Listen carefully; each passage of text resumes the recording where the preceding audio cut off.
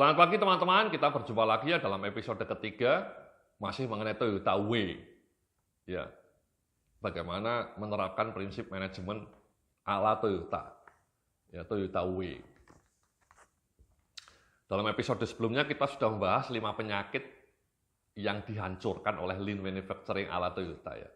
Bagaimana Lean Manufacturing ala Toyota itu bisa mengeliminasi atau menghancurkan 5 penyakit utama dalam proses produksi atau dalam pabrik ya. Nah, di dalam segmen ini kita akan belajar yang penyakit ke-6 ya. Anda bisa lihat penyakit ke-6 di layar, namanya excess motion. Excess motion ini saya bacakan ya. Lean Manufacturing Toyota juga mampu mengeliminasi banyak aktivitas di pabrik yang tidak efisien karena terlalu banyak gerakan atau motion yang tidak perlu. Ya, excess motion itu gerakan-gerakan yang terlalu repetitif, yang tidak perlu ya teman-teman ya. Banyak itu di kantor yang bikin laporan, sebenarnya laporannya tidak perlu, itu kan excess. Kadang-kadang banyak orang kerja mengerjakan sesuatu, padahal sesuatunya itu tidak penting. Kenapa dikerjakan supaya seolah-olah mereka punya kerjaan gitu ya. Itu annoying itu, banyak terjadi itu kadang-kadang ya. Excess motion atau excess motion ini juga terjadi karena tidak ada otomasi ya, masih pakai manual ya. Caranya manual, tidak pakai aplikasi, tidak pakai software. Jadi karena caranya manual ya ngetik ulang, nulis ulang. Misalnya laporan keuangannya dulu belum pakai aplikasi ya, ngetik ulang, input ulang, itu kan mau berulang-ulang, tidak efisien. Ya, atau Anda pakai KPI, belum pakai aplikasi, belum pakai software, Anda pakai Excel.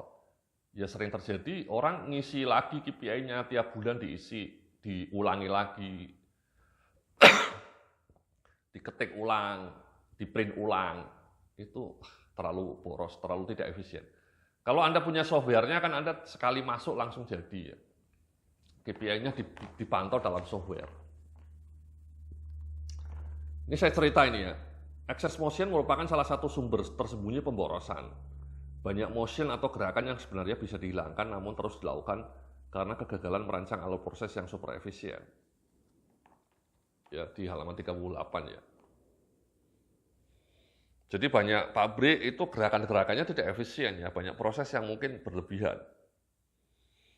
Demikian juga di kantor ya.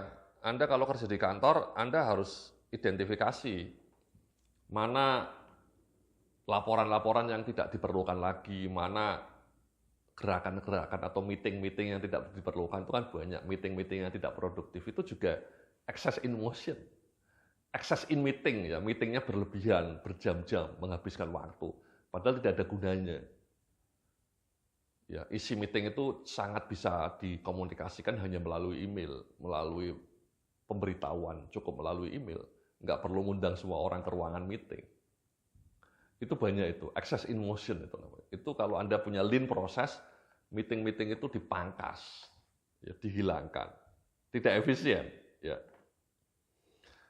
Di halaman 39 ini saya cerita nih ya, excess motion juga bisa terjadi karena perancangan tata letak pabrik yang kurang optimal, sehingga membuat banyak gerakan ekstra yang perlu dilakukan karena tata letak mesin dan peralatan tidak efisien. Ini bisa juga terjadi ya teman-teman ya. Tidak seperti flow-nya itu tidak ABC ya. Kalau Anda bikin barang itu kalau bisa kan tata letak mesinnya itu ABC jadi flow. Kadang-kadang A-nya di sini, B-nya di ujung sana, C-nya di ruangan sebelahnya lagi. Itu kan tidak efisien ya. Zigzag. Ya, kalau bisa semuanya smooth, flow-nya pas dari A ke B ke C ke D itu dirancang dengan runtut. Sehingga efisien. Nah, Toyota bisa merancang itu dengan runtut ya, jadi pabrik mobilnya sangat efisien. Ya. Di halaman 40 nih saya cerita nih ya, perancangan lean manufacturing selalu jeli melihat adanya potensi gerakan berlebihan, excess motion ini. Dan kemudian mendesain layout pabrik dan alur proses secara efisien sehingga mampu menihilkan gerakan yang tidak perlu. Ya teman-teman ya. Jadi kalau bisa gerakan-gerakan yang tidak perlu itu dihilangkan. Dalam konteks kantor tadi sekali lagi, Anda harus identifikasi mana gerakan-gerakan atau proses-proses yang tidak perlu di kantor Anda. Laporan apa yang perlu di streamline, meeting apa yang perlu dipangkas, proses apa yang perlu dihilangkan sehingga tidak menimbulkan birokrasi. Itu namanya lean proses. Jadi lean manufacturing itu bisa diterapkan di kantor Anda dalam bentuk lean proses. Oke? Kemudian di penyakit ketujuh nih saya bilang ya, defect. Jadi lean manufacturing Toyota juga selalu fokus pada upaya untuk meninggalkan defect atau zero defect. Ya. Ini penting sekali ini. Jadi mobil-mobil Toyota itu defect-nya kecil, defect rate-nya ya. Sehingga pelanggannya puas. Demikian juga kalau Anda bikin HP ya, defect-nya juga rendah. Jangan terlalu banyak defect. Sama ya teman-teman ya, kalau Anda bikin laporan di kantor, kalau bisa ya laporannya jangan banyak yang salah. Ya, defect rate-nya rendah. Oke. Di slide berikutnya sini saya cerita nih ya. Dengan konsep Kaizen tadi, perbaikan kecil secara konstan, Jidoka pemberdayaan pegawai lini pertama, dan Genji Gubutsu manajemen belusukan, maka sistem lean manufacturing juga akan selalu berupaya untuk menghilangkan defect atau produk cacat menuju angka zero. Gitu ya teman-teman ya. Defect rate-nya dikurangi dengan cara tadi Kaizen, small improvement, juga dengan cara Jidoka, karyawan lini pertama diberi empowerment, dan kemudian Genji Gebutsu ya, selalu manajemen by belusukan, dilihat. Oke. Jadi itulah ya 7 wish atau 7 penyakit yang dieliminasi dengan sistem Toyota W ala lean manufacturing ya. Jadi produksinya over dihilangkan, waiting time-nya dikurangi, unnecessary transportation dihilangkan juga, tidak boros transportasinya. Over processing-nya, ya proses-proses yang tidak perlu, yang berlebihan, yang birokratis dihilangkan. Inventory-nya dioptimalkan ya, access inventory-nya dihilangkan dengan sistem just-in-time inventory.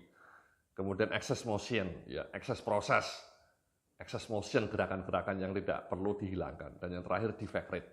Defect-nya diturunkan menjadi angka zero. Jadi itulah 7 penyakit yang dihilangkan oleh lean manufacturing ya. Anda di slide terakhir Anda bisa baca kalimat dari saya ya. Selamat menjalankan prinsip Toyota W. Ya, mobilnya keren, di layar Anda bisa lihat mobilnya keren, mobil Toyota. Jadi sekali lagi prinsip Toyota itu tadi ya.